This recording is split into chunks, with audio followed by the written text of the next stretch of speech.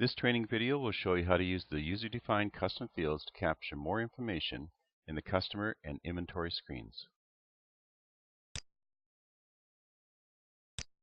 If there are no defined custom fields, this page will be blank. Select Field List Maintenance to set up the customized fields for both customers and inventory.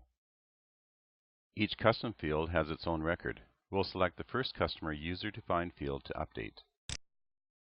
Now enter the displayed field name that you want to have on the form.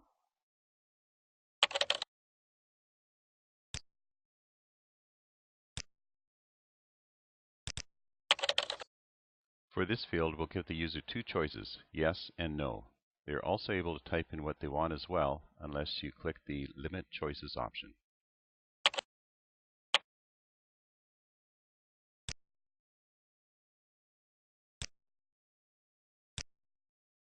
We'll now create a new customer to see how the custom fields show up on the form.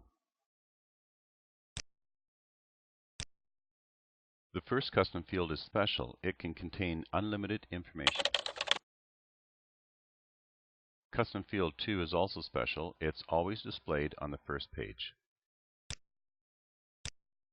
The How Referred field is actually set up in the System Setup Marketing tab.